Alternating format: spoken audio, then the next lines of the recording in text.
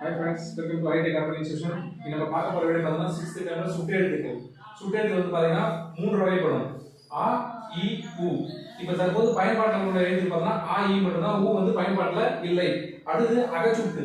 அகச்சுட்டு வந்து பாத்தீங்கன்னா உள்ளே இருந்து பொருள் தரும். அதாவது இவன், அவன், இது இந்த வார்த்தையை நம்ம எழுதிட்டோம்னா இது வந்து பார்த்தா பொருள் தராது. இவன், அவன் பார்த்தா பொருள் தராது. அது புறச்சுட்டு வந்து பாத்தீங்கன்னா வெளியே இருந்து பொருள் தரும்.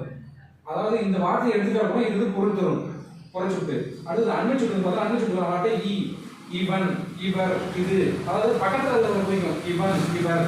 அடுத்தது சேவை சுட்டு வந்து பாத்தீங்கன்னா அது வார்த்தை ஆ, அது வந்து அவன், அவர், அது.